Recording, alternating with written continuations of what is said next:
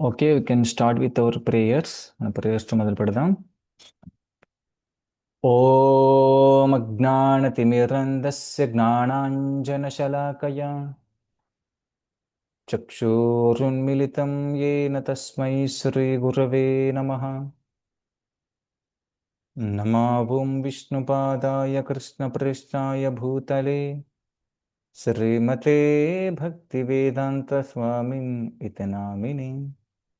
నమస్తే సరస్వతే దేవే గౌరవాణి ప్రచారిణే నిర్విశేష శూన్యవాది పాశ్చాత్య దేశతారిణే.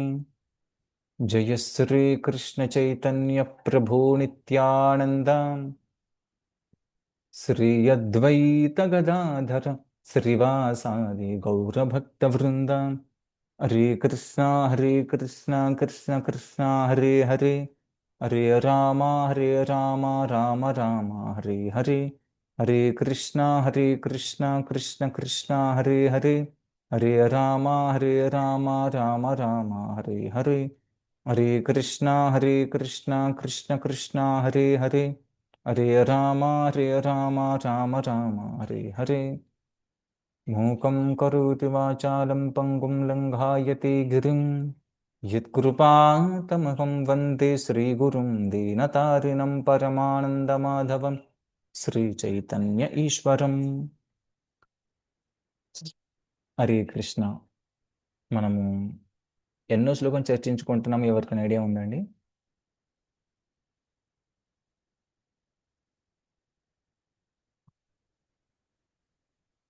ఇరవై ఒకటో శ్లోకం ప్రభుజీ. ఓకే, భగవద్గీత 6వ అధ్యాయం 21వ శ్లోకం. ఓకే, నేను స్క్రీన్ షేర్ చేస్తాను.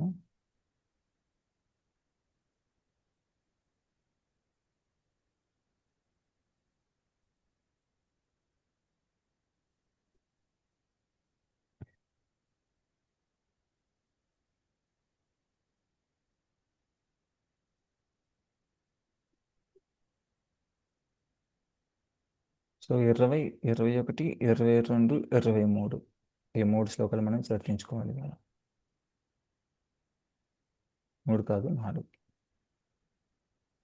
ఓకే, అందరికీ కనిపిస్తుంది అనుకుంటా స్క్రీన్. ఇవి 4 శ్లోకాలు కలిపి ఉన్నాయి కాబట్టి 20, 21, 22, 23 నేనే చెబుతాను. 23 శ్లోకం ఒక్క లైనే. సో 21, 22, 23 రెండు లైన్లు ఉంటాయి. ఓకే.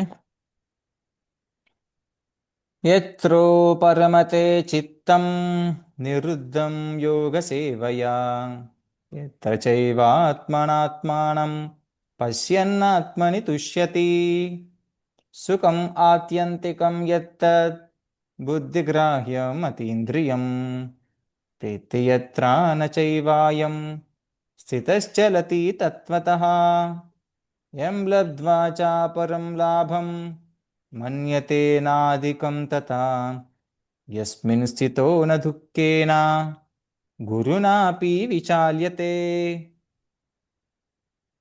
తం విద్యా దుఃఖ సంయోగా వియోగం యోగ సంజ్ఞితం. ఓకే, ఇది కొంచెం పెద్ద శ్లోకం కాబట్టి మళ్ళీ ఇంకోసారి నేను చదువుతాను. మనం డైరెక్ట్ ఎక్స్ప్లెనేషన్కి వెళ్దాం, మీకు కొంచెం చదవడం కష్టమవుతుంది. యత్రో పరమతే చిత్తం నిరుద్ధం యోగ సేవయా యత్ర చైవాత్మనాత్మానం యన్నాత్మని తుష్యతి. వీటిలో ఉంచండి ముందరు. సుఖం ఆత్యంతికం యత్తత్ బుద్ధిగ్రాహ్యం అతీంద్రియం ఇతి యత్ర న చైవాయం స్థితశ్చలతి తత్వతః. అందరూ మ్యూట్లో ఉంచండి దయచేసి అందరూ. అంటే నేను చదవమన్నప్పుడు అన్మ్యూట్ చేయండి. యం లబ్ధ్వా చ పరం లాభం మన్యతే నాధికం తథా యస్మిన్ స్థితో న దుఃఖేన గురునాపి విచాల్యతే తం విద్యా దుఃఖ సంయోగా వియోగం యోగ సంజ్ఞితం. ఓకే, ఎవరైనా అనువాదం చదవండి. ఇప్పుడు అన్మ్యూట్ చేయండి ఎవరైనా. హరే కృష్ణ ప్రభుజీ. హరే కృష్ణ. అనువాదం. సమాధి అనే పరిపూర్ణ స్థితిలో యోగాభ్యాసం ద్వారా మనసు భౌతిక, మానసిక కార్యకలాపాల నుండి పూర్తిగా నిగ్రహించబడుతుంది. ఈ పరిపూర్ణత యొక్క లక్షణం ఏమిటంటే స్వచ్ఛమైన మనసుతో ఆత్మను దర్శించగలగడం, ఆత్మలో ఆనందించి సంతోషించగలగడం.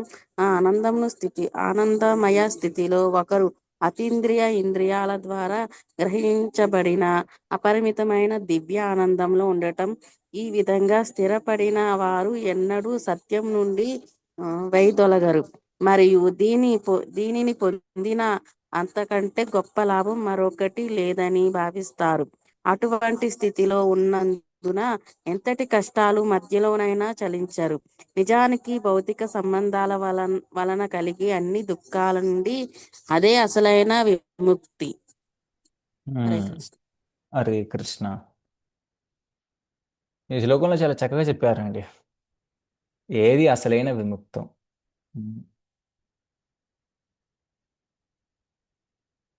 స్వచ్ఛమైన మనసుతో ఉన్నప్పుడు మాత్రమే మనము యథాతథంగా చూడగలుగుతామండి దేనినైనా కానీ. ఇప్పుడు ఈ గ్లాస్ ఉంది, ఈ స్పెక్ట్స్ ఇక్కడైతే కొంచెం మరకల్లాగా ఉంటే ఇలా పెట్టుకొని చూస్తే అది మనతో మరకలాగా కనిపిస్తుంది. కానీ నిజానికి మనము అన్నిటికన్నా ఎక్కువ ప్రియారిటీ ఇచ్చి పరిశుభ్రపరచుకోవాల్సిన మనసుని మనం వదిలేసాం. క్లీన్ చేసుకోవడం, స్పెట్స్ క్లీన్ చేసుకోకపోతే బాహ్యంగా ఉన్నది కనిపించదు. మనసు క్లీన్ చేసుకోకపోతే బాహ్యంగా బయట ఉన్నది ఎంత అందంగా ఉన్నా, ఎంత గొప్పగా ఉన్నా అంటే వేస్ట్ అండి, అదంత బాగలేదండి అనేటువంటి స్థితికి వెళ్ళిపోతాం. ప్రపంచంలో అందరు ఇది మంచిదని చెప్పినా కానీ మన మనసు సరిగా లేకపోతే అది నాకు మంచిది కాదనిపిస్తుంది. ప్రపంచంలో ఉన్న అందరు ఇది చెడ్డదని చెప్పినా కానీ మన మనసు సరిగా లేకపోతే అది నాకు మంచిది అనిపిస్తుంది. అందుకే ఇక్కడ మనకు భగవద్గీతలో భగవంతుడు ఏమన్నారు? స్వచ్ఛమైన మనసు. ఎత్ర ఉపరమతే చిత్తం నిరుద్ధం యోగ సేవయ. ఎత్ర ఉపరమతే, ఉపరమతే అంటే రమించడం ఆగిపోతుందో, ఉపరమించుకోవడం అంటది, ఉపసంహరించుకోవడం అంటారు దాన్ని. చిత్తం, చిత్తం అంటే మన మానసిక కార్యకలాపాలన్నీ కూడా ఎప్పుడైతే ఉపసంహరించుకుంటాయో ఇంకొద్దు, ఎంతకాలం వాటి వెంట పరిగెడతాం, ఇంకా కాస్త ఉందాం. నిరుద్ధం, నిరుద్ధం అంటే వాటిని నిగ్రహించి, వాటిని కట్టడి చేసి, యోగ సేవయ. ఇప్పుడు నేను భగవంతుడి సేవలోకి వెళ్దా. అప్పుడు అలాంటి భావం ఏర్పడినప్పుడు ఎత్ర చయేవ ఆత్మన ఆత్మన్ పశ్యన్నాత్మని తుష్యతి. అప్పుడు వారు ఆ మనసుతోటి వాళ్ళని వారు చూసుకోగలుగుతారు. నేనెవరు, నేను ఏంటి, నా స్వభావం ఏంటి, నేను ఎందుకు వచ్చాను ఇక్కడికి. అప్పుడు వారు భగవంతుడి సేవలో ఆత్మని తుష్యతి, ప్రశాంతంగా ఉంటారు. సుఖం ఆత్యంతికం యత్తత్. సుఖం ఆత్యాంతిక సుఖం. ఆత్యాంతిక సుఖం అంటే ఈ భౌతిక ప్రపంచంలో ఉన్న సుఖాలకు అతీతమైనటువంటి సుఖం, అంత పరమ సుఖం. దాన్ని వాళ్ళు పూర్తిగా అనుభూతి చెంది అత్యంతిక సుఖం, చాలా హ్యాపీగా సంతుష్టిగా ఉన్నప్పుడు అప్పుడు ఏం జరుగుద్దంటే తద్బుద్ధి గ్రాహ్యం అతీంద్రియం వేత్తి. వాళ్ళకున్న బుద్ధి ద్వారా ఇప్పుడు నాకు రావాల్సిన దానికంటే ఎక్కువ వచ్చిందని సంతుష్టిగా ఉంటారు. ఎవరైనా ఒక 100 రూపాయలు ఇన్వెస్ట్మెంట్ చేస్తే 1000 రూపాయలు వచ్చాయనుకోండి లాభం, వాళ్ళు ఎంత ఆనందంగా ఉంటారు. ఎందుకంటే నేను ఖర్చు పెట్టింది 100 రూపాయలు, నాకు వచ్చింది 1000 రూపాయలు, అంటే రావాల్సిన కన్నా ఎక్కువ వచ్చింది నాకు. కానీ ఏదో 200 300 ప్రాఫిట్ వస్తుంది అనుకోండి, కానీ 1000 రూపాయలు ప్రాఫిట్ వచ్చింది. ఇక్కడ కూడా చెప్తారు, ఎవరైతే కాస్త ఇంద్రియ సుఖాలు వాటిని పక్కన పెట్టి ఈ భక్తి మార్గాన్ని పట్టుకొని కొంచెం ముందుకెళ్ళిన తర్వాత వాళ్ళ బుద్ధి ద్వారా వాళ్ళకి అర్థమైపోతుంది, అరే నేను ఇప్పుడు చాలా ప్రశాంతంగా ఉన్నాను, చాలా ఆనందంగా ఉన్నాను. నిజం చెప్పాలంటే మనం బాగా ఆకలేసినప్పుడు ఎవరైనా మనం ఫుడ్ తీసుకుంటున్నప్పుడు బయట వాళ్ళు ఎవరు వచ్చి ఇతను ఫుడ్ తీసుకున్నాడు, ఇతను ఆకలి తీరింది ఎవరు సర్టిఫికేట్ ఇవ్వాల్సిన అవసరం లేదండి. మనం తింటున్నప్పుడు మనకి ఎంత ఆకలి తీరుతుంది, మనం ఎంత టేస్ట్ ఎంజాయ్ చేస్తున్నాం, ఎంత నరిష్మెంట్ జరుగుతుంది, అది మనకు తెలిసిపోతుంది. అదే సంతృప్తి, అదే సాటిస్ఫాక్షన్, దాన్ని తుష్టి అంటారు. అప్పుడు తను న్యాచురల్ని ఫీల్ అవుతాడు. కడుపు బాగా నిండిన తర్వాత, బాగా సంతృష్టి పడిపోయిన తర్వాత అప్పుడు బయట ఎంత ఉన్నా కానీ రుచించవు అతనికి, ఇంకా నాకు చాలే అనుకుంటాడు. సో ఇది కూడా అంతే, భక్తిని మనం చేసినప్పుడు ఎం లబ్ధ్వా చ అపరం లాభం మన్యతే నా అధికం తథా. లబ్ధ్వా అది పొందిన తర్వాత అపరం లాభం. అపరం లాభం అంటే అన్నిటి మించిన లాభం పొందిన తర్వాత మన్యతే నా అధికం తది, ఇంకా దీనికంటే మించింది ఇంకోటి లేదనుకుంటాడు. అది న్యాచురల్గా జరుగుద్ది అనమాట. అయితే ప్రభుపాదుల వారు ఏమన్నారంటే ఇక్కడ, ప్రతి ఒక్కరు కూడా భక్తి మార్గం ద్వారా భక్తి మార్గాన్ని చేపడితే మాకేంటండి ప్రయోజనం అంటారు. వాళ్ళకి ఇది ప్రయోజనం. క్రమక్రమంగా, స్లోగా, నిదానంగా మన చేతనం అనేది భౌతికమైనటువంటి ఒక చెత్త చేతనం నుంచి విరక్తి పొందుతాం న్యాచురల్గానే. న్యాచురల్గా విరక్తి వచ్చింది. ఏదైనా ఒక చెడు చూసినా, ఏదైనా ఒక చెడు మాట్లాడినా, అలాంటిదైనా భౌతికమైన వాటి ఎందుకంటే మాకు ఈ చెత్త సినిమాలు, ఈ చెత్త తిండి, చెత్త ఫుడ్, న్యాచురల్గానే ఇన్హెరెంటెన్స్గా నో చెప్పేస్తాం. ప్రస్తుతం ఆ స్థితిలో లేం మనం. ప్రస్తుతం ఏ స్థితిలో ఉన్నాం? ఏది అందంగా ఉంటే దాన్ని చూడటం, ఏది తీయంగా ఉంటే దాన్ని తినడం, ఏది బాగుంటే అలా చూడటం, అలా పరిగెడుతున్నాం. కానీ భక్తి చెయ్యడం ద్వారా న్యాచురల్గానే మన సిస్టంలో మోడిఫికేషన్స్ వస్తాయి. మన మనసులో, మన ఇంద్రియాలలో న్యాచురల్గానే. ఇప్పుడు ఒక పెన్ డ్రైవ్ మీరు ఎవరన్నా ల్యాప్టాప్లో పెట్టి చూసినట్లయితే, ఒకవైపు పెడితే పెన్ డ్రైవ్ వెళ్తుంది, ఇంకోవైపు తిప్పి పెడితే పెన్ డ్రైవ్ వెళ్ళదు. అదేవిధంగా మన సిస్టమ్ కూడా మోడిఫికేషన్ జరుగుద్ది. భక్తికి సంబంధించినవి వచ్చినట్టు ఎమ్మటి తీసుకుంటాం మన మనసులోకి, వెంటనే తీసేసుకుంటాం. అది భక్తికి సంబంధించింది కానిది, భౌతిక ఆనందాన్ని ఇచ్చేది, అలాంటిది అయితే న్యాచురల్గా మనం నువ్వు చెప్పేస్తాం. ఇది మొదటి సిమ్టమ్, ఇది మొదటి లక్షణం. ఒక రోగం వచ్చినప్పుడు ఏ విధంగా అయితే మొదటి సిమ్టమ్ లక్షణాలు కనిపిస్తాయో, భక్తి చేస్తున్నప్పుడు కూడా కొన్ని లక్షణాలు కనిపిస్తాయి. ఇది మొదటి లక్షణం. న్యాచురల్గా మనకు నో చెప్పేస్తాం. ఏ విధంగా అయితే ఇప్పుడు చాలామంది ఆ నాన్ వెజ్ స్మెల్ చూసినా కానీ పడదు చాలామంది. ఇది కూడా ఒక సిమ్టమ్ అనమాట. సో ఇదే ఇంకా మనము భక్తులు ఇంకా ముందుకు వెళ్తున్న కొద్దీ జపం నిరంతరం కంటిన్యూ చేస్తూ, మన ఫిక్స్డ్ మైండ్‌ని కంటిన్యూ చేస్తూ, ఇలా భగవద్గీత ప్రతిరోజు వింటూ, ఇలా ఒక రోజు మార్చి రోజు, రోజు మార్చి రోజు ఇంకా ముందుకెళ్తుంటే ఒకనాటికి మనం ఫిక్స్డ్ అయిపోతాం. యెస్. యో మాం పశ్యతి సర్వత్ర సర్వం తామయి పశ్యతి. చూసిందంతా భగవంతుడే. అంటారు కదా చాలా, పట్టిదంతా బంగారమే, చూసిందంతా బంగారమే అని. యెస్, అంతకు మించిన బంగారం కృష్ణ. సో ఆ కృష్ణని మనం పొందగలుగుతాం. ఇక్కడ ప్రభుపాదుల వారు ఏమంటుండ్రంటే, మనకు యోగా అనగానే చాలామంది పతంజలి ఆ యోగాన్ని గుర్తుంచుకుంటారు వెంటనే. ఇలా కూర్చోవడం, ముక్కు మూసుకోవడం, ఇలా తపస్సు చేయడం, ప్రాణాయామం చేయడం, ప్రత్యాహారం, తర్వాత ధారణ, ధ్యాన, సమాధి, వీటిలోకి ఎంటర్ అయిపోతారు. కానీ నిజం చెప్పాలంటే, ఒకవేళ నువ్వు అంత కష్టపడ్డా కానీ నువ్వు మ్యాక్స్‌లో ఏం చూస్తావంటే మన హృదయంలో ఉన్న పరమాత్మను చూడగలుగుతాం అంతే. కానీ బయటున్న నిజమైన కృష్ణ రూప దర్శనం మనకు జరగదు. కానీ భక్తి మార్గంలో ఆ యోగా ద్వారా జరిగేటువంటి బెనిఫిట్ ఏదైతే ఉంటుందో అది బై ప్రొడక్ట్‌గా మనకు వస్తదంట ఆల్రెడీ. ఇంకా చాలామంది ఏమంటారంటే, ఆ యోగం చేయడం వల్ల ఇంకో డ్యామేజ్ గూడా ఉంది. చాలామంది ఏమనుకుంటారంటే, అహం బ్రహ్మాస్మి, అహం బ్రహ్మాస్మి, నేనే దేవుడిని అనుకుంటారు. నువ్వు బ్రహ్మన్ క్వాలిటీస్ ఉన్నాయి. అంటే భగవంతుడి యొక్క క్వాలిటీస్ ఉన్నాయి నీకు. అంతేగాని నువ్వు భగవంతుడివి కాదు. కానీ ఆ యోగా చేయడం వల్ల ఇలాంటిది ఒక చాలామంది మీరు చూసినట్లయితే, ఇప్పుడు మన ఇండియన్ పీపుల్ ఎవరైతే ఈ ఆధ్యాత్మిక కల్చర్‌లో ఉన్నారో, most of the people 80-90% of the people ఎలా ఉంటారంటే, అహం బ్రహ్మాస్మి, నేనే దేవుడిని. నువ్వు దేవుడిని తెలుసుకోవడమే గొప్పతనం. ఆ రేంజ్‌కెళ్తారు. సో మనం ఎప్పుడైనా అర్థం చేసుకోవాల్సింది, మనకు బ్రహ్మన్ క్వాలిటీస్ ఉంటాయి అంతే. భగవంతుడి యొక్క క్వాలిటీస్ ఉంటాయి. ఎవరైనా నేను భగవంతుడు అన్నారు అంటే వాళ్ళని వాళ్ళు మోసం చేసుకున్నట్టే. ఎందుకు? ఎందుకంటే భగవంతుడు ఇక్కడికి వచ్చిన తర్వాత సాధారణమైన మనుషులు చేసే పనులు చేశాడా భగవంతుడు? గోవర్ధన గిరిని ఎత్తడమైనా కానీ, సముద్రం మీద బ్రిడ్జ్ కట్టడం ఎవరైనా చేస్తారది? ఒక భగవంతుడే చేయగలుగుతాడు.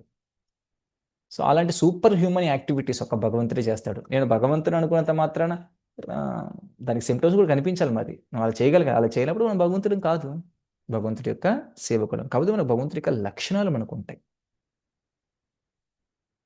ఏ విధంగా లక్షణాలు? అజో నిత్యం శాశ్వతోయం పురాణం నా హన్యతే హన్యమానే శరీరే. జీవుడు ఎప్పుడు చావు ఉండదు, పుట్టుకుండదు. ఇలాంటి లక్షణాలు. అది ఆత్మ లక్షణాలు అవి. సో కాబట్టి చాలామంది ఈ యోగ మార్గంలోకొచ్చి కొంచెం డైవర్షన్ తీసుకొని వెళ్ళిపోతారు. ప్రభువుల వారు ఇంకొక మాట అంటారు. కొంతమంది యోగా ప్రాక్టీస్ చేయకుండా బయట వాళ్ళ కర్మలు చేస్తూ, కర్మయోగాలు చేస్తూ, జ్ఞానయోగాలు చేస్తున్న వారు ఏ మార్గంలోకి వెళ్ళిపోతారంటే, ధర్మార్థ కామ మోక్షాలు అంటే పరిగెడుతుంటారు. ధర్మార్థ కామ మోక్షాలు అంటే ఏదైనా ఒక పని చేసినప్పుడు అది ధార్మికంగా ఉండాలి. ఎందుకు ధార్మికంగా? దాని ద్వారా వచ్చేటువంటి అర్థదం. ఏదో కొంచెం భౌతికంగా ఏదో ఆర్జించాలి. ఆ అర్థదం కోసం. ఎందుకు అర్థదం? తర్వాత నా కోరికలేవో అవి తీర్చుకోవాలి. తర్వాత మోక్షం. మోక్షం అంటే నేను భగవంతుణ్ణి. ఇది చాలా దారుణమైన స్టేజ్ ఇది. ఎందుకు దారుణమైన స్టేజ్ అంటే, ఒక మనిషి ఈ భౌతిక ప్రపంచంలో ఎవరైనా కానీ ధర్మాన్ని వాళ్ళ ధర్మాన్ని చేస్తూ చేస్తూ చేస్తూ చేస్తూ కొంతకాలానికి నేహాయత్కర్మ ధర్మాయ నా విరాగాయ కల్పతే. ఎవరి కర్మలైతే ధర్మంగా మారు, ఎవరి ధర్మం అయితే విరాగం వైరాగ్యాన్ని ఇవ్వవు, జీవన్నపి మృతోపిష, ఎవరి వైరాగ్యం అయితే భక్తి మార్గాన్ని ఇవ్వదు. ఇది మనకు కపిల భగవానుడు దేవహూతి యొక్క కన్వర్జేషన్ ఉంటుంది ఈ శ్లోకం. సో ఎవరి కర్మ అయితే ధర్మంగా మారు, ఎవరి ధర్మం అయితే వైరాగ్యంగా మారుదు, ఎవరి వైరాగ్యం అయితే భగవంతుడి యొక్క ప్రేమగా మారదు, వాళ్ళు జీవన్నపి మృతోహిష, జీవించున్న మృతంతో సమానం. మరి ఇప్పుడు చాలా మంది నేను ధర్మం చేయాలి, ధర్మం చేయాలి, ధర్మం చేయాలంటే నిజంగా అది ధార్మికమైన పని అయితే వాళ్ళు నెక్స్ట్ ఆటోమేటిక్గా వెళ్తారు. నా అర్థం ఏంటంటే, ఎవరైనా నిజంగా సెకండ్ ఫ్లోర్లో ఉన్నారంటే మళ్ళీ పైకి మెట్లు ఎక్కితే థర్డ్ ఫ్లోర్కి వెళ్తారు. కానీ మనం సెకండ్ ఫ్లోర్లో లేకుండా ఫస్ట్ ఫ్లోర్లో ఉంటే మళ్ళీ మెట్లు ఎక్కితే మనము ఇమ్మీడియట్గా మనం థర్డ్ ఫ్లోర్కి వెళ్ళమండి, సెకండ్ ఫ్లోర్కి వెళ్తాం. కాబట్టి నిజంగా మనం ధర్మం ప్రవర్తిస్తున్నామంటే మనకు న్యాచురల్గానే ఈ భౌతిక జీవితం పట్ల కొంత విరక్తి ఏర్పడుద్ది, ధార్మికంగా బతుకుతున్నామంటే. కానీ మనకు చిట్ట చివరి క్షణం కూడా మన మనసు వ్యాకులత చెందుతుందంటే, ఇంకా వాళ్ళందరూ నన్ను పొగడాలి, వీళ్ళందరూ నన్ను ప్రేమించాలి, ఇంకా నేను భౌతిక ప్రపంచం ఇంకా నేను సుఖంగా ఉండాలి, అది కట్టుకోవాలి, ఇది కట్టుకోవాలి, అదేం చేయాలి, ఇదేం చేయాలి, ఆ ఫుడ్, ఈ ఫుడ్, ఆ చీరలు, ఈ చీరలు, ఆ డ్రెస్సు, ఈ డ్రెస్సు, ఆ నగలు, ఈ నగలు, ఇంకా వీటన్నిటి చుట్టూ మన వ్యామోహాలు పరిగెడుతూ ఉన్నాయంటే నిజానికి మనం భౌతిక ప్రపంచంలో జీవించి ఉన్నప్పుడు మనం ధార్మికంగా బతకలేదు అనేది అర్థం చేసుకోవాలి. మనము కర్మలు చేస్తూనే బతికాం, కానీ ఆ కర్మలు అనేవి మనము సరిగా చేయలేదు. ఎందుకంటే కర్మలను సరిగా చేసినా కానీ అవి ధర్మంగా మారుతాయి. అది ధర్మంగా ప్రవర్తించినప్పుడు వైరాగ్యం ఏర్పడుతుంది. కానీ ఇక్కడ చాలా మంది ఏం చేస్తారంటే, ఇది మా ధర్మము అని చెప్పి కర్మలు చేస్తూనే ఉంటారు, దానికి అటాచ్మెంట్ అయి ఉంటారు. ధర్మం చేస్తున్నాం కాబట్టి మాకు డబ్బులు వస్తున్నాయి కాబట్టి మేము ఆనందిస్తూ ఉంటాం. ఓకే, ధర్మార్థ కామాలు 3 ఉన్నాయి. మరి 4వది ఏది? మోక్షం. మోక్షం అంటే ముక్తి, విడుదల. విడుదల అంటే భౌతిక ప్రపంచం నుంచి విడుదల. అది ఎక్కడ వచ్చింది నీకు? అది రాలేదు కాబట్టి నువ్వు చేసిన ధర్మం కాదు, నీకు వచ్చిన సంపద ధార్మికమైంది కాదు, నువ్వు ఆనందించిన అనుభవం, భోగం కూడా, అది కామం కూడా ధార్మికమైంది కాదు.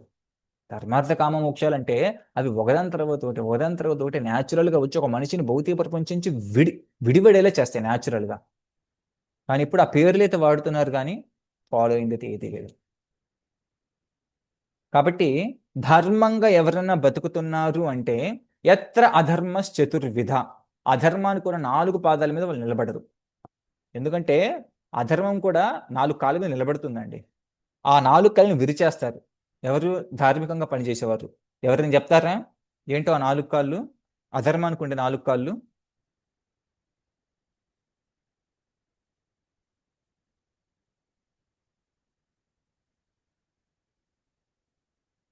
అయితే ఎవరు వినట్లేదని అర్థమైపోతుంది. హరే కృష్ణ ప్రభుజీ. హరే కృష్ణ. కామ, క్రోధ, భయ, ఇవేనా ప్రభుజీ? చెప్పండి మాతాజీ. ఇంకొకటి గుర్తు రావట్లేదు ప్రభుజీ. ఓకే మైథునం. ఓకే, ఇంకేమైనా యాడ్ చేయండి మాతాజీ. ఇంకేమైనా ఎక్స్ట్రా ఉంటే అది కూడా యాడ్ చేయండి. ఇవి కరెక్ట్ ప్రభుజీ, నాకు ఇవే గుర్తొచ్చినాయి ప్రభు, సడన్ గా మీరు క్వశ్చన్ అడిగేశారు. ఓకే ఇంకేమైనా గుర్తొస్తున్నాయండి సడన్ గా క్వశ్చన్ అడిగేసరికి?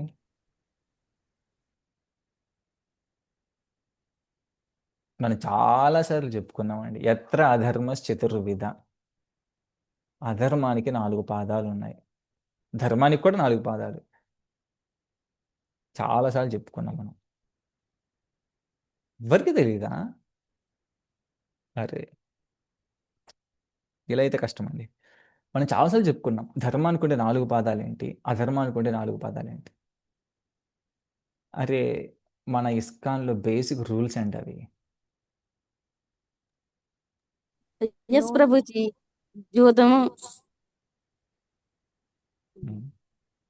4 నియమాలు అంటే జీవహింస, మీరు మాంసభక్షణ. పూర్తిగా బైహార్ట్ చేసేసారు మాట. అందరూ బైహార్ట్. 4 నియమాలు అంటే ఈ 4 నియమాలు, దట్స్ ఇట్. ఇసుక 4 నియమాలు అంటే 4 నియమాలు. అవి దేనికి? అవి ధార్మికంగా ఉండడానికా, అధార్మికంగా లేని దానికా? మనం దీని పరంగా ఏం తెలుసుకోలేదు. 4 నియమాలు అంటే మాకు తెలుసు 4 నియమాలు. అలా కాదండి. 4 నియమాలు ఎందుకు 4 నియమాలు పెట్టారు? ఆ ధర్మం నిలబడాలంటే దానికి ఉన్నటువంటి 4 పిల్లర్స్, 4 స్తంభాలు ఏవైతే ఉన్నాయో మనం అవి ఫాలో అయినప్పుడు మాత్రమే ధర్మం మీద ఉంటాం. లేదంటే మనం వాటి మీద ఉండం. మొట్టమొదటి ధర్మానికి ఉండే మొదటి స్తంభం ఏంటి? ఎవరైనా చెప్తారా? ధర్మానికి ఉండే 4 స్తంభాలు పేర్లు ఎవరైనా చెప్తారా? ధర్మానికి ఉండే 4 స్తంభాలు. అయితే బెటర్ మీరందరూ రాసుకోండి. ఇది బేసిక్ అన్నమాట. ఇది చాలా చాలా బేసిక్. ప్రతి ఒక్కరు పాటించాలనుకున్న వాళ్ళందరూ కూడా రాసుకోండి. వీటిని ముద్రించుకోండి. నంబర్ 1 ధర్మానికి ఉండే మొదటి పాదం శౌచం. శౌచం అంటే శుభ్రత. అది ఎప్పుడు పోతుంది శుభ్రత అనేది? శుభ్రత ఎప్పుడు పోతుంది? ఎస్ మానసిక ప్రభుజీ, శుభ్ర గుర్తొచ్చింది నాకు. బాగా సత్యం, దయ, శోచం, తపం. ఇట్స్ ఓకే మాతాజీ. మీరు ఆ కాంటెక్స్చువల్గా గుర్తుంచుకోండి. ధర్మం అంటే ఏంటంటే అధర్మం అంటే అది దేనికి ఫాలో దాని పరంగా గుర్తుంచుకోండి. జస్ట్ థియరీగా గుర్తుంచుకొని అలా చెప్పొద్దు. అలా చెప్పడం వేస్టే. అది బై హార్ట్ చేసినట్టు ఉంటుంది. అలా కాదు. ఇక్కడ చెప్పారు, ప్రభువుల వారు అన్నారు, అధర్మానికి 4 పాదాలు ఉన్నాయి, ధర్మానికి 4 పాదాలు ఉన్నాయి. ధర్మానికి ఉండే 4 పాదాలలో ఎస్ మీరు చెప్పింది కరెక్ట్. మొదటిది శౌచం. శౌచం ఎప్పుడు పోతుంది చెప్పండి మాతాజీ. సరే ఇప్పుడు మీరు గుర్తుంచుకున్నారు కదా, చెప్పండి. శుభ్రత ఎప్పుడు పోతుంది? పరిశుభ్రత. నో. సో కాబట్టి మీరు ఎలా సరే గుర్తుంచుకున్న గ్రేటే. ఎలా గుర్తుంచుకున్నారు? థియరిటికల్ గుర్తుంచేసుకున్నారు అలాగా 4 నియమాలు. అలా కాదండి. మనం ఎలా గుర్తుంచుకోవాలంటే దాన్ని మనం అనుసరించే విధంగా గుర్తుంచుకోవాలి. దాన్ని మనము మన జీవితంలో అనుసరించే విధంగా గుర్తుంచుకోవాలి. జస్ట్ థియరిటికల్ 4 నియమాలు ఇవే కదా, 16 రౌండ్స్ 4 రిలేటెడ్ ప్రిన్సిపల్స్ నాకు తెలుసు, ఇలా పనికిరాదండి థియరిటికల్ గుర్తుంచుకుంటే. సో మనం తాత్వికంగా తత్వంగా గుర్తుంచుకోవాలి. తత్వంగా ఎందుకు గుర్తుంచుకోవాలంటే అప్పుడే మనం అనుసరిస్తాం వాటిని, తాత్వికంగా గుర్తుంచుకుంటే. సో మొట్టమొదటిది శుభ్రత, శౌచం. శౌచం ఎప్పుడు పోతుంది? మానసికంగా, శారీరకంగా మనము అపరిశుభ్రత మెయింటైన్ చేస్తే. మానసిక అపరిశుభ్రత ఎప్పుడు జరుగుతుంది? Illicit connections. ఇల్లిసిట్ అంటే వేరే స్త్రీలతోటి, పరస్త్రీలతోటి, పరపురుషులతోటి మనము భార్యతో భర్త కాకుండా వేరే వాళ్ళతో ఉన్నప్పుడు మానసికంగా మనం కంటామినేట్ అయిపోతాం. శారీరకం కూడా కంటామినేట్ అయిపోతాం ఆ యాక్టివిటీస్ చేస్తే, ఆ పనులు చేస్తే. అది శౌచం, శుభ్రత. నెక్స్ట్ ధర్మానికి ఇంకో పాదం సత్యం. శౌచం, సత్యం, శౌచం. సత్యం అంటే నిజం. అది ఎప్పుడు కంటామినేట్ అయిపోతుంది సత్యం అనేది? మన నిజాయితీగా లేకుండా ఉన్నప్పుడు. అంటే గ్యాంబ్లింగ్, మోసం చేసి వేరే వాళ్ళని ఏ విధంగా మోసం చేస్తే నాకు ఏ విధంగా ఎంత ఆదాయం వస్తుంది. ఇప్పుడు చూసిన వరకు స్టాక్ మార్కెట్ ఏదైతే ఉంటుందో అది కంప్లీట్ గ్యాంబ్లింగే. అది కంప్లీట్ గ్యాంబ్లింగ్. దానివల్ల ఏంటి ప్రాబ్లం ప్రభుజీ అంటే, ప్రాబ్లం ఉంది. ఏంటంటే మన మనసుతో హరే కృష్ణ హరే కృష్ణ కృష్ణ కృష్ణ హరే హరే హరే రామ్ హరే రామ్ రామ్ రామ్ హరే జపించినా కానీ మనం కానీ సత్యంగా లేకపోతే, మనం అసత్యంగా ఎక్కడైనా బతికినప్పుడు, నిజాయితీ లేకుండా ఉన్నప్పుడు, సపోజ్ స్టాక్ మార్కెట్ ఇంత ఇన్వెస్టిగేషన్, అది ఎంత పెరుగుద్దేమో, అంత పెరుగుద్దేమో, అంత తక్కువద్దేమో. ఈ ఎప్పుడైతే మనం ఒక గ్యాంబ్లింగ్, ఒక మోసపూరితమైన చర్యలకు వెళ్తామో ఆల్వేస్ మనం యాంగ్జైటీలో ఉంటాం. అప్పుడేం జరుగుతుంది, ఇప్పుడేం జరుగుతుంది, వాళ్ళు ఏమంటారు, వీళ్ళు ఏమంటారు, ఆ పోలీసులు వస్తారు, ఈ పోలీసులు వస్తారు అని ఎప్పుడు యాంగ్జైటీలో ఉంటాం. తద్వారా మన మనసు షేక్ అవుతూ ఉంటుంది, స్టేబుల్గా ఉంటుంది. ఎప్పుడైతే 4 పాదాలు స్ట్రాంగ్గా ఉంటే అప్పుడు షేక్ అవ్వకుండా ఉంటుంది. ఒక్క పాదం ఉన్నా కానీ షేక్ అవుతూ ఉంటుంది ధర్మం. అప్పుడు మనం భక్తి చేయలేము. భక్తి చేయడానికి స్టేబుల్గా ఉండాలి ప్లాట్ఫామ్. సో శౌచం, శుభ్రత అది. తర్వాత సత్యం. సత్యం అంటే నిజాయితీగా ఉండడం. గ్యాంబ్లింగ్ అంటే మోసపూరితమైన చర్యలు చేయకుండా ఉండడం. సత్యం, శౌచం. తర్వాత దయ. దయ అంటే చెప్పాం ఆల్రెడీ, ఇతర జీవుల పట్ల దయ కలిగి ఉండడం. అది ఎప్పుడు పోతుంది చెప్పండి? దయాగుణం ఎప్పుడు క్షీణిస్తుంది మనలో? దయాగుణం యానిమల్స్ కిల్ చేసుకొని తిన్నప్పుడు ప్రభుజీ. కరెక్ట్. జంతువులను బలించి తింటున్నప్పుడు మనలో దయాగుణం చచ్చిపోద్ది. జంతువులనే కాదండి, వేరే ఇతర జీవులని మనం హింసించినా మనలో దయాగుణం చచ్చిపోతాం. వేరే ఇతర జీవుని హింసించడం అంటే వెరీ సింపుల్. ఎవరి భక్తి జీవితానికి మనం డిస్టర్బెన్స్ ఇస్తున్నామో అది హింసే. ఎవరి ఆధ్యాత్మిక చింతన, ఆధ్యాత్మిక పురోగతికి మనం అబ్స్ట్రక్ట్ అవుతున్నామో అది హింసే. దయ ఈ విధంగా పోతుంది. అది గ్రాస్గా బయట అది క్లియర్గా మనం చూడగలిగితే వేరే జీవుల్ని చంపడం బేసిక్ స్టెప్. అది వేరే జీవుల్ని చంపితే మనకు దయాగుణం పోయినట్టు. ఎందుకు వేరే జీవుని ఎందుకు దయాగుణం పోద్ది? మన హార్ట్లో, మన హృదయంలో భగవంతుడి యొక్క నామాన్ని స్మరించి ఆ నామం మన హృదయంలోకి వెళ్ళిపోయినప్పుడు భగవంతుడు ఎవరికి అవ్వాలి అంటే అన్ని జీవుల్లో ఉన్న భగవంతుడు ఉంటారు. అప్పుడు వేరే జీవుని మనం చంపినప్పుడు మన హృదయం కరుడు కట్టిన రాతులా తయారైపోతుందండి. అంటే వేరే జీవి విలవిల్లాడుతున్నా కానీ ఆ పెయిన్ మనకు తెలియదు. ఒక్కసారి అది కఠినంగా మారినప్పుడు భగవంతుడు వెన్నదంగా హార్ట్ సాఫ్ట్గా ఉన్నప్పుడు భగవంతుడు ఎంటర్ అవుతాడు. ఇంత కఠినంగా మారిపోయిన తర్వాత మనం చేసే జపాలు భగవంతుడు ఏ విధంగా మన హృదయంలోకి వస్తాడండి? రాడు. వేరే జీవుని చంపుతున్నప్పుడు ఆ దయాగుణం ఉండాలి. సత్యం, శౌచం, దయ. మూడవది తప, తపోశక్తి. కూర్చొని 16 మాలలు జపం చేయడం అయినా ఇలా క్లాస్ వినడమైనా కానీ అది తపోశక్తి. అది కూడా ధర్మానికి 4వ పాదం, ఒక పాదం. ఈ పాదం ఇప్పుడు పోతుంది, ఎవరైనా చెప్తారా? ఒక స్టూడెంట్ ఎవరైనా మంచి ర్యాంక్ కొట్టాలన్నా కానీ తపోశక్తి ఉండాలండి. అది లేదంటే ఎవరికి ఏది ర్యాంకులు కూడా రావు. అది ఎప్పుడు పోతుంది, ఎవరైనా చెప్తారా? ధర్మానికి ఉన్న ఈ పాదం.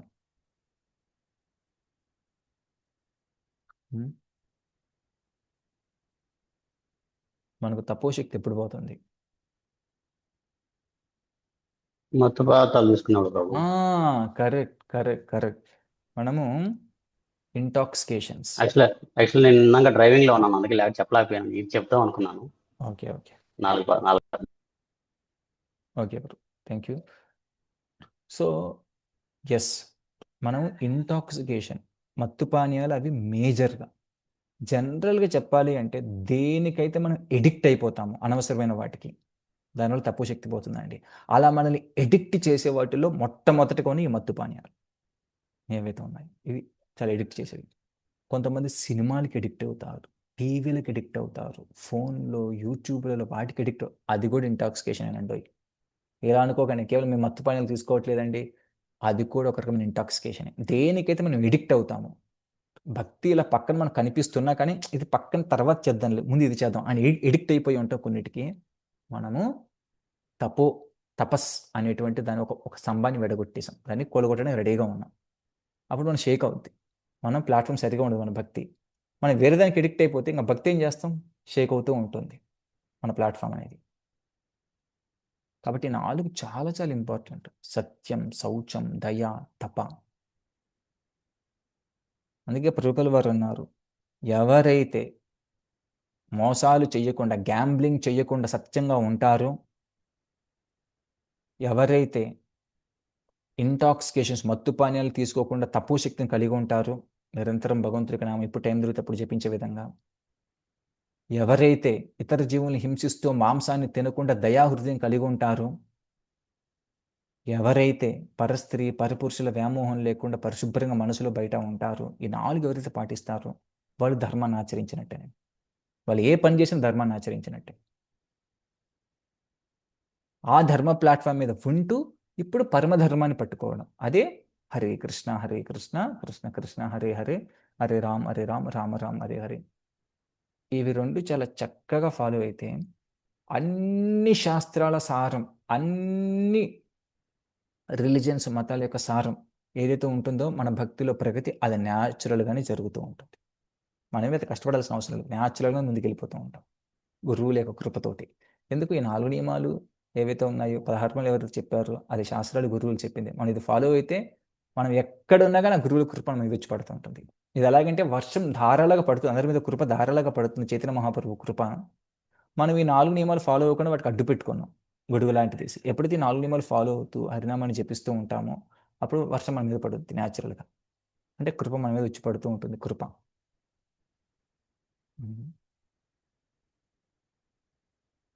రాగద్వేష విముక్తైస్తు విషయానింద్రియైశ్చరన్ మనకు ఒక శ్లోకం ఉంటుంది, ప్రసాదం అధిగచ్చతి అని. ప్రసాదం అంటే కృప, వాళ్ళ యొక్క మెరిసి. అధిగచ్చతి, అది మనకు వస్తుంది ఎప్పుడైతే మనం నియమాలు ఫాలో అవుతాం. ఇక్కడ కూడా భగవంతుడు సేమ్ ఇదే చెప్తున్నాడు. ఇక్కడ కూడా స్వరూప వ్యవస్థితి. స్వరూప వ్యవస్థితి అంటే ఒక జీవుడు తన నిజమైన స్వరూపంలో స్థితి అయి ఉంటాడు. ఏంటా స్థితి? నేను భగవంతుడి యొక్క సేవకుడిని. ఈ భావం మనకు నిజంగా ఏర్పడాలంటే ఇప్పుడున్నటువంటి భౌతికమైన చేతనతో ఏర్పడదండి అది. భౌతికమైన చేతనతో ఏర్పడదు ఆ భావం అనేది. అది నిజంగా మనం ఇలాగా కొంచెం తపోశక్తి, దీన్ని దివ్య తపస్సు అంటారు. ఇలా ఆచరించి ఇలాంటి కొన్ని భౌతికమైన వాటికి దూరంగా ఉంటూ భక్తిని చాలా సిన్సియర్గా పట్టుకుంటున్నప్పుడు అప్పుడు మన స్వరూప వ్యవస్థితి జరుగుతుంది అది. చాలామంది మాకు కైవల్యం కావాలి, మోక్షం కావాలని అంటారు. కానీ చేసే పని దానికి తగ్గట్టుగా ఏదీ ఉండదు. నువ్వు జీవితాంతం ఎంత డబ్బులు పోగేసుకోవాలని ఆలోచిస్తున్నాడు, ఇంకా నీకు కైవల్యం ఏమొస్తుంది? నువ్వు జీవితాంతం కుటుంబ పోషణకి కుటుంబరామం అంటే ఏ విధంగా ఆనందించాలి, ఏ విధంగా భోగించాలి ఇదే ఆలోచిస్తున్నప్పుడు ఇంకా నీకు ఏ విధంగా నీకు మోక్షాలు వస్తాయి, ఏ విధంగా స్వర్గం వస్తుందయ్యా? అదేమంటే స్వర్గీయులు అని రాస్తారు చచ్చిపోతే. రాసుకున్నంత మాత్రం నీకు స్వర్గం ప్రాప్తిస్తుందా ఏంటి? అదేమైనా గాలికుంది? ప్రతి ఒక్కరికి బై డిఫాల్ట్ ప్రతి ఒక్కరికి యమధర్మరాజులు చర్చ తప్పదు. ఎందుకు? వాళ్ళ జీవితం అనే పేజీలు తిరిగేస్తే ఉండేవి ఇవే. ఏంటివి? ఎంత తిన్నాము, ఎంత పడుకున్నాము, ఎంత వేరే వాళ్ళని దోచుకున్నాం. ఇక్కడ దోచుకోవడం అంటే మేము ఎవరి దగ్గర దొంగతనం చేయలేదు కదండి, అలా అవసరం లేదండి. బేసికల్గా ఈ భౌతిక ప్రపంచంలో మనం ఏదైనా కూడబెట్టుకుంటున్నామంటే వేరే వాళ్ళని దోచుకున్నట్టే లెక్క.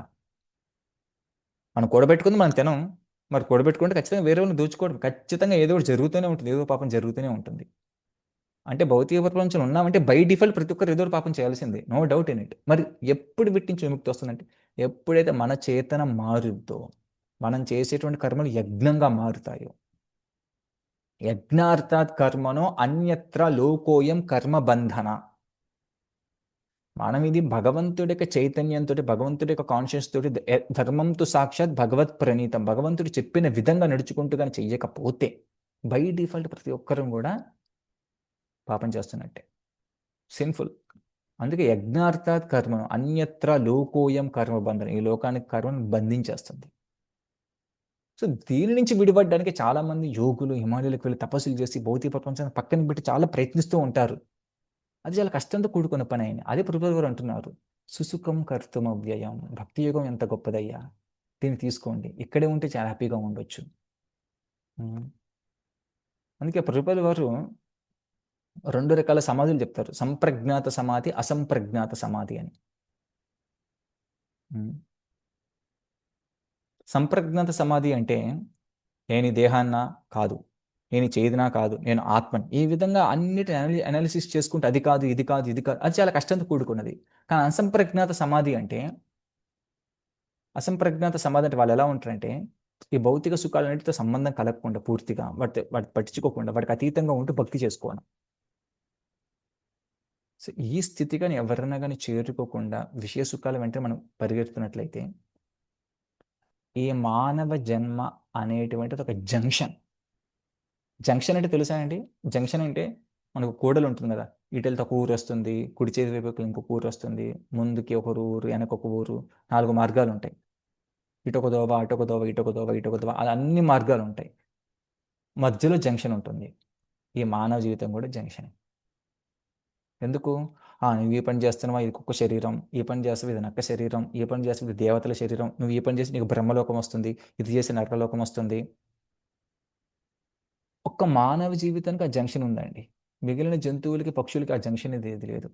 ఎందుకంటే ఒక పక్షి, ఇప్పుడు ఒక సింహం ఉందండి, సింహము ప్రతి 17 ఏళ్ళకి ఒకసారి మాత్రమే ఇంకొక ఆడసింహంతో కలుస్తుంది. అందుకే ఇంత శక్తిగా ఉంటుంది. వాటికి నియమం ప్రకారమే కలుస్తుంది. ఒక పక్షులు ఫుడ్ కూడా వాటికి ఆకలేసినప్పుడే తింటాయి. నిద్ర, ఒక కుక్కను చూడండి, శ్వాన నిద్ర అంటారు, ఎప్పుడు అలర్ట్గా నిద్రపోతుంటుంది, ఎవరైనా వచ్చినా వెంటనే లేచే విధంగా. ఈ ఆహార నిద్ర భయమైదునాలు, ఈ భౌతికమైన కార్యకలాపాలు ఏవోని జంతువులు మనకన్నా చాలా చక్కగా చేస్తాయి. అందుకే వాటికి పాపం ఉండదు. వాటికి ఉన్నది ఒకటే, ఏంటంటే ఆ జంతు జీవితం దాటిన తర్వాత ఒక జంతువు నుంచి, సపోజ్ అది చేమైతే దానికి పక్షి జీవితం, పక్షి అయితే మంచి ఆవు జీవితం, ఆవు అయితే తర్వాత మనిషి జీవితం, ఇలాగ ట్రాన్స్మైగ్రేషన్ జరుగుతూ ఉంటుంది వాటికి. అంటే ఒక లెవెల్ నుంచి మళ్ళీ అప్గ్రేడేషన్ జరుగుతూ ఉంటుంది. అలా అప్గ్రేడేషన్ ఎప్పటి వరకు జరుగుద్ది? జంక్షన్లోకి వచ్చేంత వరకు.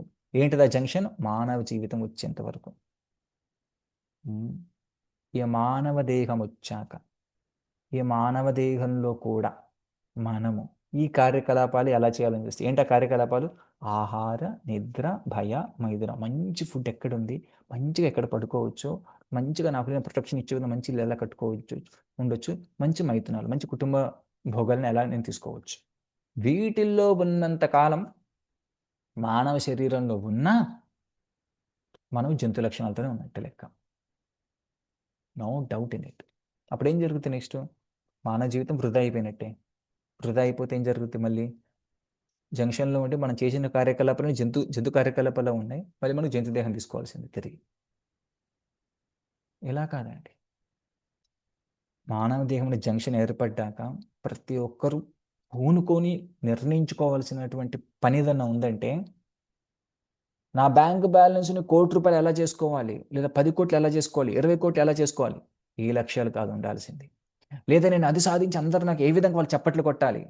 అరే నీకు ఎవరైతే చప్పట్లు కొడుతున్నారో వాళ్ళు కూడా దేహాన్ని విడిచిపెట్టి వెళ్ళిపోతారే కొంతకాలానికి. వాళ్ళు ఎక్కడికి వెళ్తారో వాళ్ళ డెస్టినేషన్ లేదు. వాళ్ళందరి చప్పట్లు నీకెందుకు? నా ధనం, నా జనం, నా సుందరి, ఈ ఉన్న సంపద మొత్తం ఎలా భోగించాలి, వీటి కోసం పాకులాడకు. నువ్వు వీటన్నిటికన్నా ఒక బ్రహ్మ వస్తువు నీ దగ్గర ఉంది. నువ్వు బ్రహ్మన్. భగవంతుడు మన హృదయంలో ఉన్నాడు. నువ్వు వీటిలో ఎంటాంగిల్మెంట్ అయిపోతే మనం వేస్ట్ చేసుకున్నట్టే ఈ దేహాన్ని. ఏ విధంగా వేస్ట్ చేసుకున్నట్టు? మాయా మనల్ని నిజంగా చాలా స్ట్రాటజిక్గా మోసం చేసింది. చాలా స్ట్రాటజీగా మనకి ఇవ్వాల్సిన దానికన్నా ఎక్కువ ఇస్తూ, మనకు వద్దనుకున్న దానికన్నా ఎక్కువ ఇస్తూ, మనల్ని వాటి పట్ల మోహపూరితంగా మార్చేసింది. మనల్ని ఒక తమో గుణంలో, ప్యాషన్లో ఉంచేసింది. తమో గుణంలో ఉన్నవాడు నాకు ఎప్పుడు ఫుడ్ వస్తుంది, ఎప్పుడు నిద్ర వస్తుందో ఆలోచిస్తాడు. ప్యాషన్లో ఉన్నవాడు నాకు ఇంకా అది కావాలి అంటే, రజోగుణం ఉన్నవాడు నాకు ఇంకా అది కావాలి, ఇది కావాలి, ఇప్పుడు ఆ చింతనలో ఉంటాడు. ఒక పక్క జీవుడేమో ఉండేదేమో రజోగు తమో గుణంలో ఉంటాడు. భగవంతుడేమో అధోక్షజ. అధోక్షజ అంటే మన ఇంద్రియాలకు అతీతంగా ఉంటాడు భగవంతుడు. మనమేమో రజో తమో గుణంలో ఉన్నాం. భగవంతుడేమో అధోక్షజ. సరే, కొంతమంది రజో గురించి బయటకు వచ్చి భక్తి చేద్దామని బయటకు వస్తారు. కానీ మాయా జవనిక అచ్చన్న. మాయా అంటే మీరు టెంపుల్కి వెళ్ళినప్పుడు విగ్రహాలు కనిపించుకొని తెరేస్తారు. మాయా జవనిక అచ్చన. మాయాదేవి తెరేసిద్ది మనకు, భగవంతుని చూడనీయకుండా. ఎందుకు తెరేసిద్ది? వీడు సిన్సియర్గా ఉన్నాడా లేదా టెస్టింగ్. ఒక పక్క జీవుడేమో రజతమో గుణాలలో, ఒక పక్క ఏమో మాయాదేవి తెరేస్తూ మాయా జవనిక అచ్చన, ఒక పక్క భగవంతుడు అధోక్షజ, అతీతంగా ఉన్నాడు అన్నిటికీ. ఇన్ని స్టేజ్లు క్రాస్ చేసుకుంటూ మనం ఎప్పుడు భగవంతుని పొందుతామండి? చాలా కష్టం. ప్రభుపాదులు అందుకే ఆచార్యులు ఇచ్చారు, 1 stroke method. With 1 kick you get away from all this nasty things. వీటన్నిటి నుంచి బయటికి రా విత్ 1 kick. ఏంటా kick? Very simple. You chant Hare Krishna Mantra nicely. ధార్మికంగా చెయ్యి, ధర్మబద్ధంగా ఉండి నామాన్ని చెప్పించు. మిగిలిన ఆటోమేటిక్ అన్నీ వెళ్తుంది. మాయాదేవి ఎన్ని టెస్టులు వచ్చినా కానీ, నువ్వు ఎన్ని రజో తమో గుణాలు ఎంత నీచంగా ఉన్నప్పుడు కూడా ఏ విధంగా ప్రకృతి మాడిఫై అవుతుందో నీకు నువ్వు ఎక్స్పీరియన్స్ చేయొచ్చు. ప్రకృతి ఏ విధంగా మనంతట మనం ఎక్స్పీరియన్స్ చేయొచ్చు. ఏ విధంగా మన చుట్టూ ఉన్న ప్రకృతి మాడిఫై అయిపోతుందో. Very simple, 1 stroke solution. ఈ సొల్యూషన్ అన్ని శాస్త్రాలలో చెప్పారు, అందరు గురువులు చెప్పారు, వాళ్ళందరూ పాటించారు. వాళ్ళు చెప్పింది విని పాటించిన ఎంతోమంది భక్తులు ఉన్నారు. ఇక మన వంతే మిగిలింది. ఇవాళ ఎందుకు ఇంత స్ట్రెస్ చేసి చెప్పానంటే, ధర్మానికి ఉన్న 4 పదాలు ఏంటంటే అందరూ ముక్కు మీద తెలుసుకుని సైలెంట్గా కూర్చుంటున్నారు. ఇంతకాలం నుంచి మనం చర్చించుకుంటున్నామే ధర్మం ఏ విధంగా బతకాలో. సో కాబట్టి స్టాండర్డ్గా నిలబడాలి. వాటిని స్టాండర్డ్గా ఫాలో అవ్వాలి. మనం చేసే ప్రతి యాక్టివిటీలో ఈ 4 నియమాలు ఏదైనా బ్రేక్ అవుతుందా లేదా ఖచ్చితంగా చూసుకోవాలి, చెక్ చేసుకోవాలి. వెంటనే ఒకవేళ అటు ఇటుగా ఉన్నామంటే వెంటనే హరినామ షెల్టర్ తీసుకోవాలి, భక్తుల సాంగత్యంలోకి రావాలి. ఇవన్నీ బేసిక్ ప్రిన్సిపల్స్ అండి. అలా లేదంటే we are wasting the human form of life. మన మానవ జీవితాన్ని మనం వృధా చేసేసుకుంటున్నాం. ఫస్ట్ ఆఫ్ ఆల్ మనకు అంత వాల్యూ తెలిస్తే కదా. ఈ మానవ జీవితం అంటే ఏముందండి? ఉన్నంతకాలం భోగించడం. ఏ ధోరణిలో ఉన్నంతకాలం అంటారు. వాళ్ళనంత మాత్రాన భౌతికమైన నియమాలు ఏమి మారిపోవు. భౌతిక నియమాలు ఏంటిది? ముసలితనం రాకుండా ఆగిపోదు, చావు రాకుండా ఆగిపోదు, యమదూతలు కనిపించకుండా ఆగిపోరు. మ్యాక్సిమం 99.99% ఆఫ్ పీపుల్ యమదూతల చేతులు బందీలైపోతారు. మనకు 2 దూతలు ఉన్నారండి, యమదూత, భగవద్దూత. గుర్తుపెట్టుకోండి. ప్రభుపాదుల వారు 6వ స్కంధంలో 1వ అధ్యాయం మీద లెక్చర్ ఇచ్చేటప్పుడు నెల్లూరులో చెప్తారు అనమాట. 2 దూతలు ఉంటారు, భగవద్దూత, యమదూత. ప్రతి ఒక్కరు బై డిఫాల్ట్ యమదూత చేతిలోకి వెళ్ళిపోతారు. ఎవరైతే ధార్మికంగా బతకరు, ఈ 4 నియమాలు పాటించరు. By default, by default. ధార్మికంగా బతికినప్పుడు ఇంకా వాళ్ళు ఉన్నది అదే కదా, యమదూతలు ఉన్నది అదే కదా. కానీ మనం ఇప్పుడు భగవద్దూతలు, అదే విష్ణుదూతల చేతిలో ఉండాలి మనం. దీనికి ఉదాహరణ మన అజామిలు స్టోరీ చాలాసార్లు చెప్పుకున్నాం. ఏ విధంగా అజామిలుడిని అందరికి 2 యమదూతలు వస్తారు, అజామిలుడికి 3 వస్తారు. 3 వస్తారు, అంత గ్రీవియస్, అంత బీభత్సమైన పాపాలు చేయడం వల్ల. కానీ భగవన్నామ యొక్క గొప్పతనం చూడండి. నారాయణ నారాయణ నారాయణ. నామాన్ని పలికిన వెంటనే తను ఎలా పలికాడు? నామం పలికితే నాకు బెనిఫిట్ వస్తుంది, ఏ భావం లేదు తనకి. నా పాపాలను పోగొట్టుకోవాలి, ఏ భావం కూడా లేదు తనకి. వీళ్ళందరి నుంచి ఏదో తప్పించుకోవాలి, ఈ యమదూతలు వచ్చారు, ఆ భావం కూడా లేదు. హెల్ప్లెస్గా పలికాడు. ఎవరిని? వాళ్ళ పుత్రుని పిలవడానికి. గట్టిగా పిలుస్తున్నాడు, వచ్చి నన్ను సేవ్ చెయ్యని. ఎవరిని? వాళ్ళ కొడుకుని పిలవడానికి పిలుస్తున్నాడు. కానీ పలికింది ఏ పదం? నారాయణ. భావం ఎలా ఉంది? నన్ను సేవ్ చెయ్యని. నన్ను సేవ్ చెయ్యని నామాన్ని పలికాడు. కేవలం నామమే. నామే అభిన్నత్వం. భగవంతుడు నామం 1, 2 వేరేం కాదు, 2 సేమ్ అన్నారు.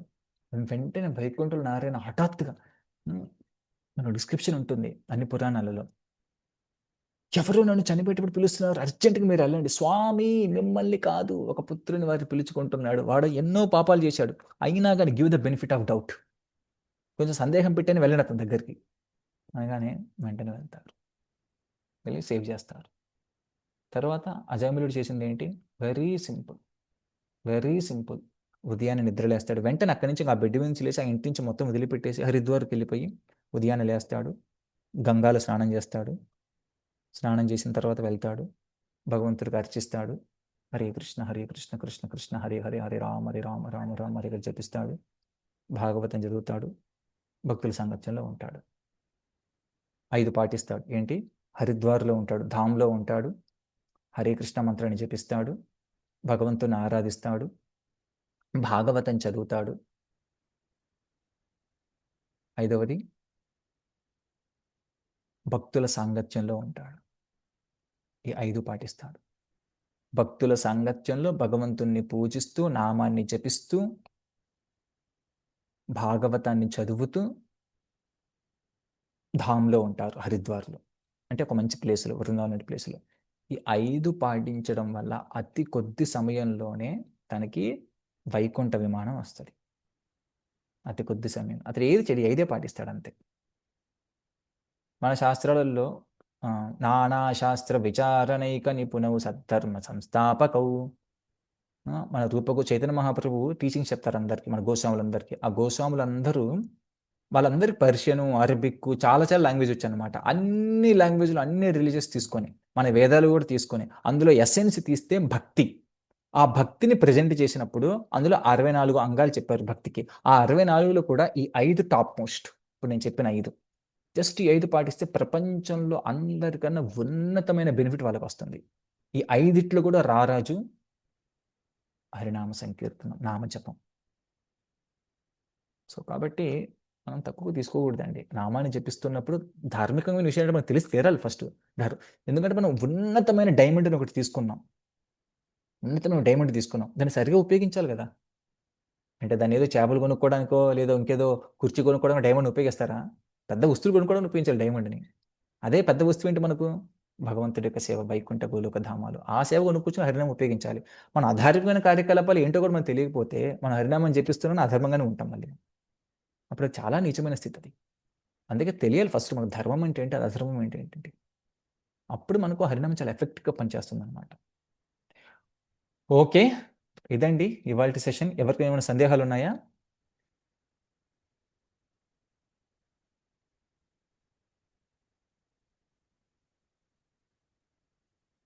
ఓకే, రేపు మళ్ళీ కలుసుకుందాం 24వ శ్లోకం నుంచి. హరే కృష్ణ కృష్ణ కృష్ణ హరే హరే, హరే రామ రామ రామ హరే హరే. కలియుగ పావన హరినామ సంకీర్తన కీ జై. అనంత కోటి వైష్ణవ వృంద కీ జై. నామాచార్య హరిదాస్ ఠాకూర్ కీ జై. వైష్ణవ ఠాకూర్ శ్రీల ప్రభుపాద కీ జై. హరే కృష్ణ.